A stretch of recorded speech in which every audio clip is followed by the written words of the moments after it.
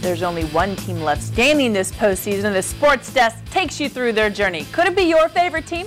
In prep softball, the Lady Spartans rely on ace pitcher Carolyn Snodgrass for sure, but that's not all they've got going for them in the CIF run.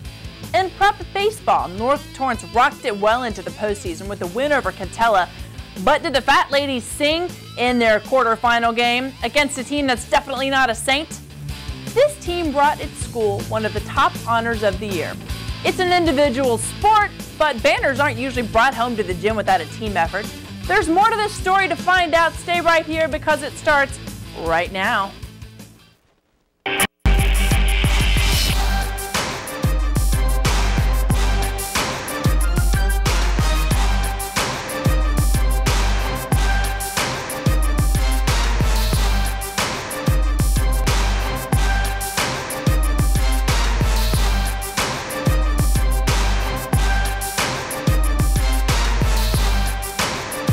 Hello and welcome to the Sports Desk. I'm your host, Bonnie Prickitt. Just like the Los Angeles Kings, there's only one team left standing in Torrance CIF postseason. Let's go ahead and talk about them. The Lady Spartan softball team fires away in this postseason with ace Carolyn Snodgrass commanding performances from the mound. In this second round game versus Burroughs, the Lady Spartans begin their new no-holds-barred strategy since losing to this team twice in a doubleheader early in the season. And Sports Desk reporter David Gascon brings us the highlights. Bonnie, was the bottom of the first inning, and Denise Flores and her Spartans jumped all over Haley Schulman early. This RBI got them going, and right after that, Sammy Meyer executes a beautiful squeeze bunt right here, and the Spartans were up at the end of the first inning, 2-0. The Spartans were able to tack on another run in the second inning, and they were up 3-0 going to the bottom of the third inning. And that's when things went from bad to worse for Schulman. The 17-game winner who beat South earlier this season really labored. She gave up 4 singles in the inning, 1 walk, and this double off the center fielder's glove really broke things open. Jasmine Stokes' hot shot double in the center field knocked in 2, putting South up 5-0. Moments later, Alex Kossoff comes up, and she brings home another run, knocking in Stokes with this bleeder up the box, and South was up 6-0 at the end of 3 full innings. That was all the run support Carolyn Snodgrass needed. She was cruising in this game. She was punching out Burroughs left and right. The Indians really stood no chance against her. And in fact, when Snodgrass wasn't punching anybody out, her defense was behind her, supporting her every step of the way, throwing out base runners, making routine plays in the outfield until the 6th inning. Snodgrass was actually working with a no-hitter into the 6th inning until this little bloop caromed off the first baseman Jenna Gill's left knee. With the Indians looking to rally, Snodgrass was in a little bit of trouble here as her defense failed her again. Flores and Gill had a little miscommunication right there. The throwing error by Flores in the center field brought home the first run for the Indians, and they were on the board 6-1. But after that, things got a little bit more serious as this shot right off the right center field wall brought home 2, and the Indians were right back in this contest, trailing 6-3 in the 6th inning.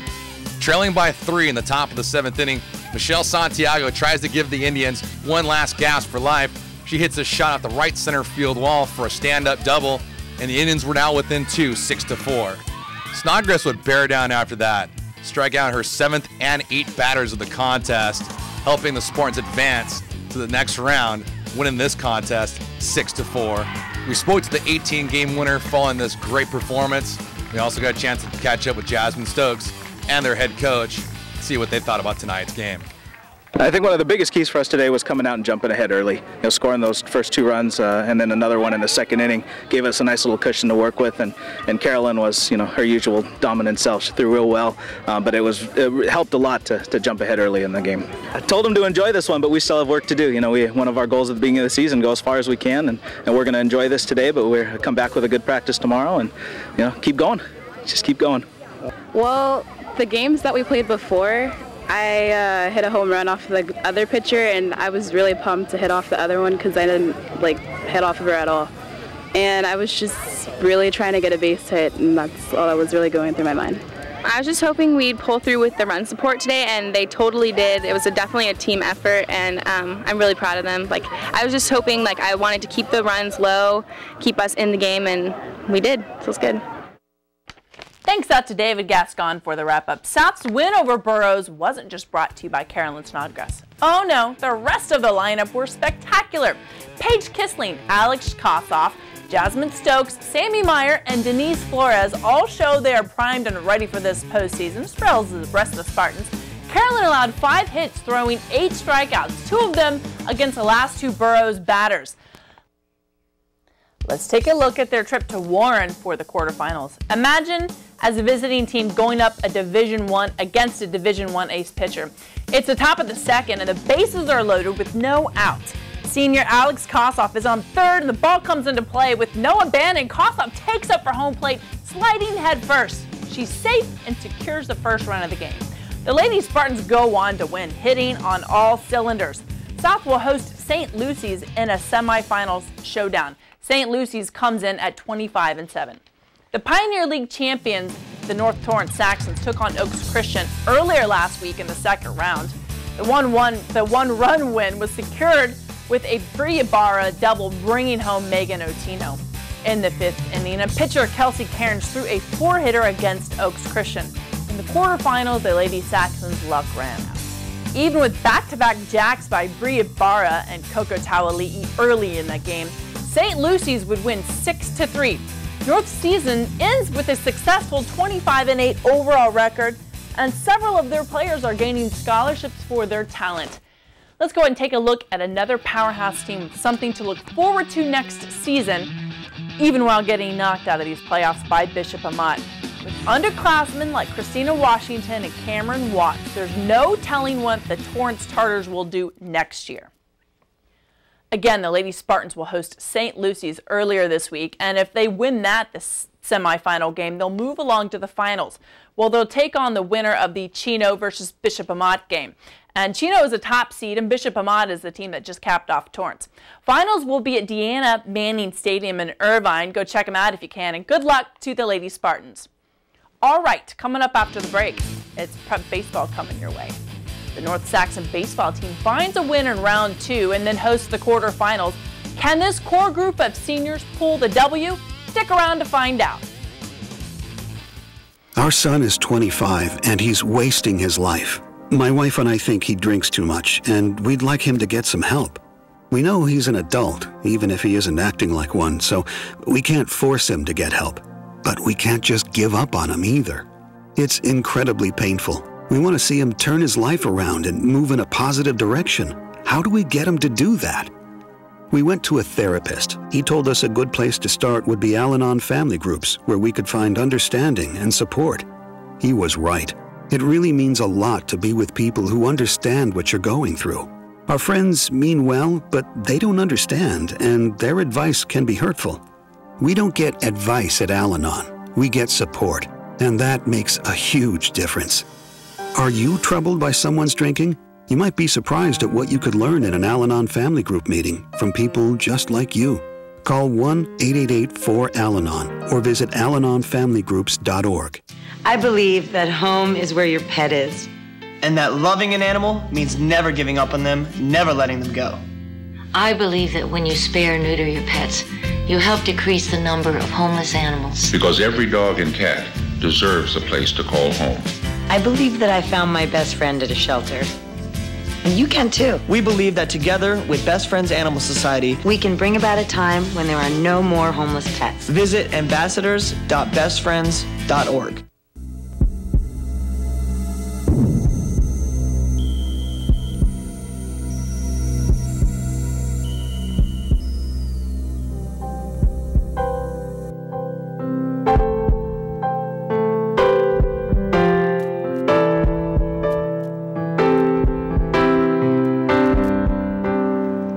Help feed these precious orphans. Show them that someone cares. Donate now at foodfororphans.org.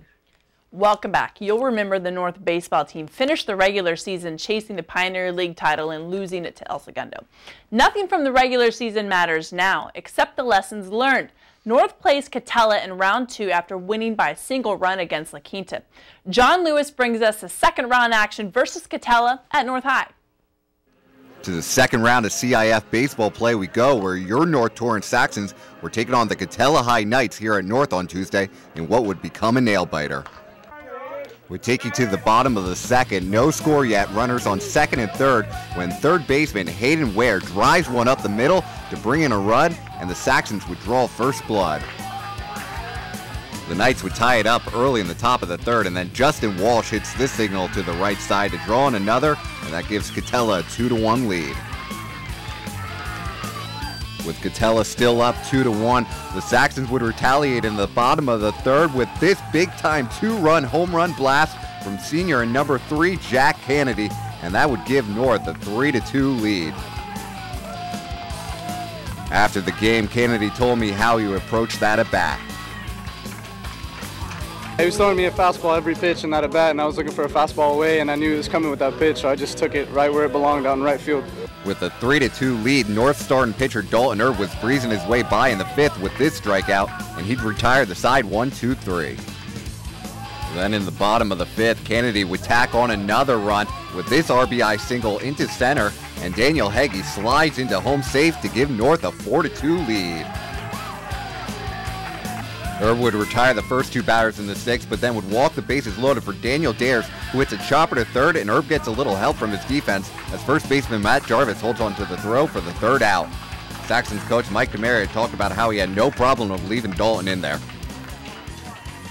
I did not. You got to talk to him too, because he'll let you know. When he's not there. And, he wanted to finish the game, and he's done it all year for us. So he's our guy, and we stuck with him. So to the top of the seventh we go, and Dalton Erb is still on the mound after giving up another RBI. So it's 4-3 Saxons with runners on the corner and a 3-2 count to Javier Ureno. And here comes the pitch.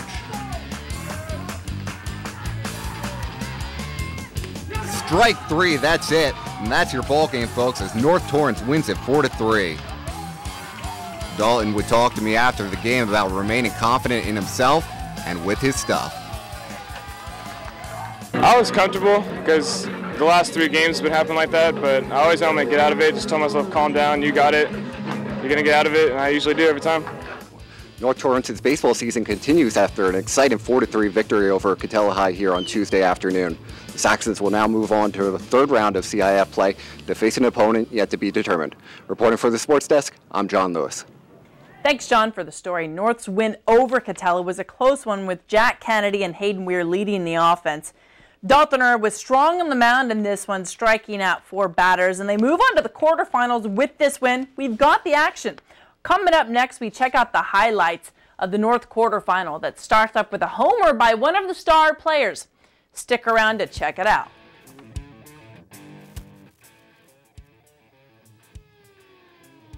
Some dogs fetch and roll over. Some dogs take you to Spain and shopping for refrigerators. Help you get through grad school, start your own business, go on hikes in the Grand Canyon. Some dogs you trust with your life every day. Being partners with a guide dog is having the freedom to do what you want in life.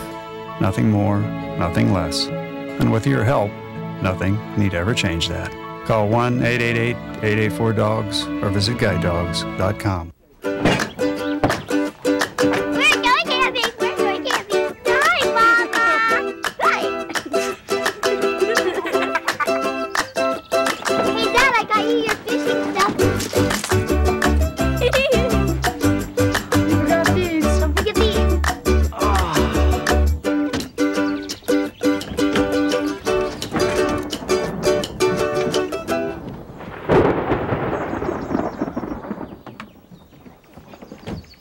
Hey guys. Yeah? Hey look, the weather's changed. Looks like it's gonna be raining the whole weekend.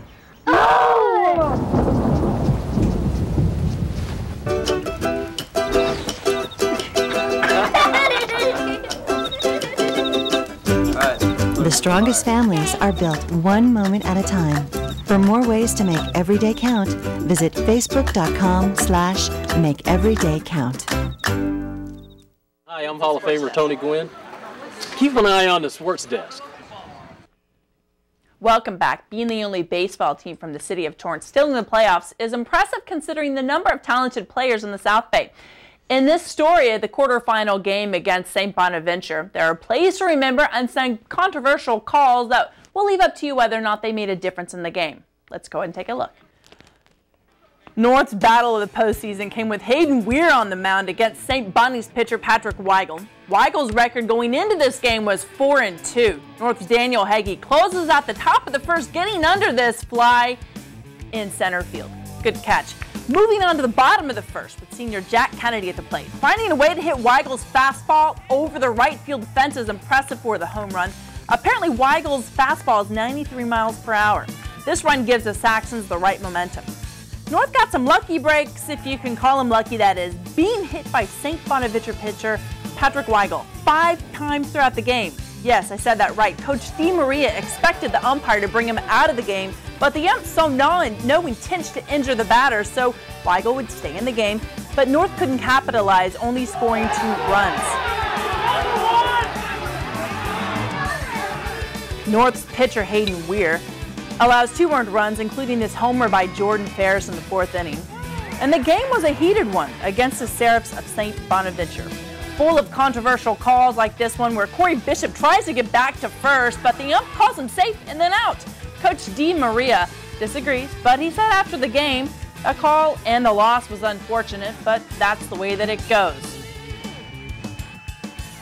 They missed some of the chances in this quarterfinal loss, but that doesn't mean one of the team leaders, Jack Kennedy, isn't happy with his North Saxons teammates or the entire season. I'm just very proud of my team. I mean, we've worked so hard for the last 4 years so that we've been out here since we were freshmen, and I couldn't ask for a better team to be on. And I love each and every one of these guys for working their tails off throughout the whole season and through every inning, every pitch this whole season. Thanks, Jack, for that interview. And I talked to Coach D. Maria after the game. He's been coaching for 6 years, leaving many years to come in his career, and he said that he knows he'll remember this group of seniors for the rest of it. There are a lot of Saxons who are going on scholarship and to local JCs. There's one who might even be in the MLB draft, and we'll let you know who and where these seniors are from this 20-13 overall record. And the Saxons aren't the only ones still in the postseason from Pioneer League, and of course it was El Segundo. They lost to the dominant Palm Desert 7-1. They end their season with a 17-15 overall record. Even with the loss in the quarterfinals, the North Saxons are undoubtedly proud of their season and most definitely will continue to grow as players and people. We've got more on this edition of the Sports Desk. Coming up, the West Boys cross country team starts a path for a powerhouse program this season, and we'll tell you what they did on and off the course to do it. Stick around. Peace Corps is a life-defining leadership experience. Volunteers live, learn, and work with a community overseas for 27 months, providing grassroots assistance. Peace Corps is special because volunteers get to work firsthand with community members. We build personal relationships. We are in the homes, we are in the community centers, we are in the organizations. We are just amongst the people, making decisions with them, interacting with them on a daily basis. After the 2 years of serving the Peace Corps, I feel like I have brought something to the table. Looking back and seeing what I have given, I can honestly say that I've received 10 times as much back. Explore how the Peace Corps can fit into your future. Be a volunteer. Watch the full PSA at a screen near you. Visit peacecorps.gov/be. We're asking folks about marriage. You know, marriage makes me think of sports. You know, teamwork, dedication. Okay, let's see what people say. Let's say your marriage is a sport. What sport would it be? Basketball. Surfing. They have to be a team sport. A lot of back and forth. A lot of people watching. So how many people are influenced by your marriage? Hundreds. You really think about the ripple effect. It's like a wave.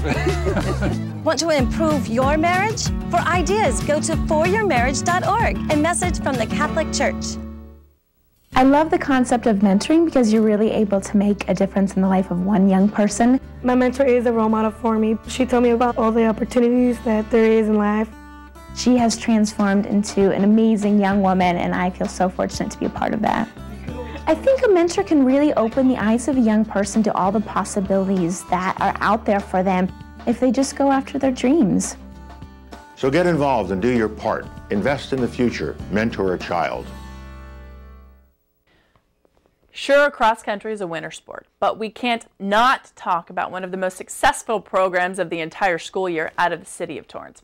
West started slow in their season, and crossing through that wall the runners get on long runs, they became true warriors, bringing West true pride. Sports Desk reporter Jenny Phillips caught up with coaches Jason Druton's crew at Fred Peterson Stadium. After a devastating illness benched their star runner, the West men's track team knew they were in for a tough season. I think we all knew that we have to pick it up a little bit to overcome for him, and we all worked really hard because we came in thinking that we probably wouldn't have him, so that's how we had to keep our mindset. We had to look to ourselves, deep within ourselves, to work hard and push through that, and as a senior, I stepped it up a lot compared to past seasons, especially in our summer training. Because usually I'm busy with a lot of other sports and cross country was never really a priority, but I made it a priority this year and it really paid off with all our hard work. Not only did the seniors step up to fill injured teammate Brandon Vientos' big shoes, the entire team worked hard to pitch in and make it a successful season. Everyone contributed evenly. Like there was every race a different person would finish first, and we all were so tightly knit that it was like a pack of people. It wasn't like there was no standout. Since everyone contributed at the same, it was more of a team effort more than each individual effort. So I mean, we all pushed each other. We all helped each other out when we were feeling bad. We just trained hard like every day.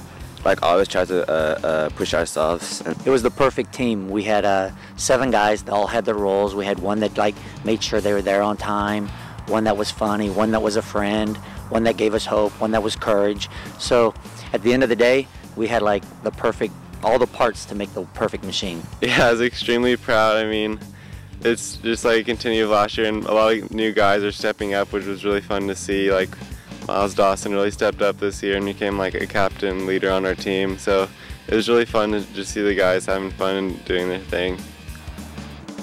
All the hard work paid off as the Warriors were able to overcome their obstacles and finish 5th in state. It felt really good. We were hoping for a little bit higher, but then we felt good. We did our best, and we knew it. And what can we say? We were just so happy that we just made it to state 2 times in a row and made such a high place. It was funny was we were let down at the beginning because we really had higher hopes than that. But once we got on the bus and we got to In-N-Out and had a hamburger, it ended up everything was like, dang, that was a pretty good season. It was tough. It was a journey. We got a late start during the summer that we didn't anticipate, but we pulled together really well, peaked at the right time, and had some great races along the way. It was amazing because, you know, it was stuff that happened with Brandon and his stomach issue. That was tough. And then just in general, we all had to mature, and it was great because it's not just a sport. It kind of helps you along the way in life too, because we learn to work together and everything, and that's what's so great about the sport. These guys are excited about upcoming seasons, whether they be here at West High School or in college. But for now, we gotta run.